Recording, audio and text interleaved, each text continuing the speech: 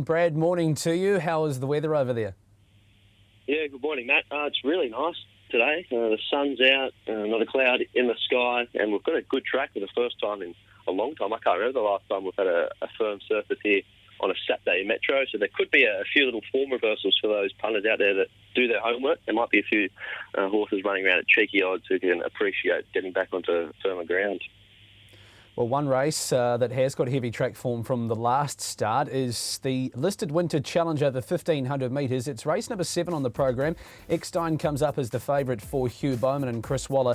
$4.50 is the price. What were you thinking money-wise before this market come out? Is $4.50 a fair price around the favourite? I think it's the right price. Yeah, it's hard to deny her claims as being the favourite in the race. She got the job done really nicely there in the Winter Stakes, which is the replay here. And bids on heavy track. She's pretty versatile. She gets through all different surfaces.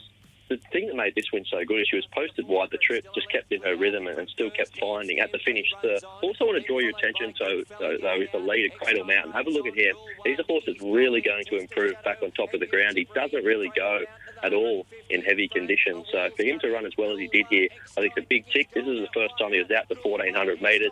He seemed to relish the tempo a little bit more than what he had done in his past couple over the sprint trips, which is just a little bit out of his comfort zone. So he's drawn wide.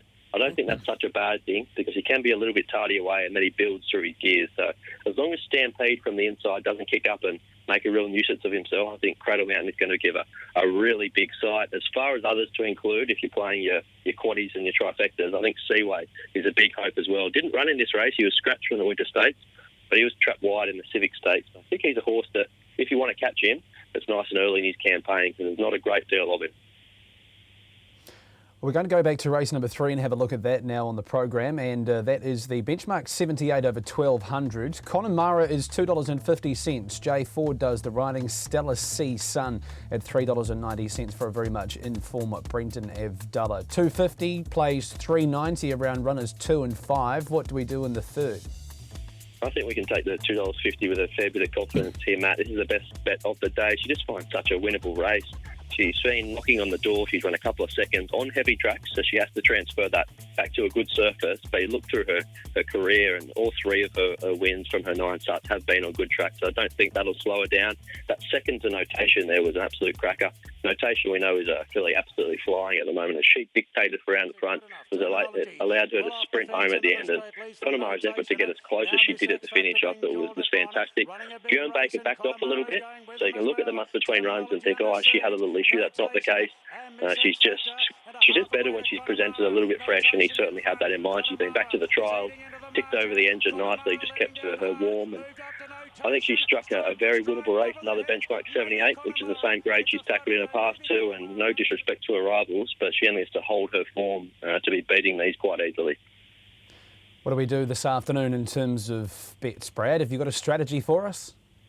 Yeah, I think we can back Connemara with a little bit of confidence. Hopefully get us off to a reasonable start there. Race 3, number 2. Other bets on the program for me will have to wait a little bit later. Race 6, 13, Sharapova. I think this is the best roughie on the card. This is a really even race for some young up-and-comers, but I like this profile of race because you can find those horses who haven't yet reached their ceiling, and there's always a little edge there as far as value goes. Front side is a nice horse, but really well found as the favourite in that race. So I think we can play Sharapova at double-figure odds. That's race 6, number 13. Cradle Mountain is the way I want to play the feature. Race 7, number 9.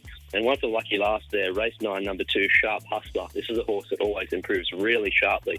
Second up, and you go back 12 months ago and actually won this corresponding race 12 months ago. So hopefully history repeats and he can come home, rushing home over the top behind what looks a really genuine tempo. Thanks so much for your time today, Brad. We're racing on a soft track on tab.co.nz at this stage out of Rose Hill, and the first they're set to go at 1:40 with the last at 6:40.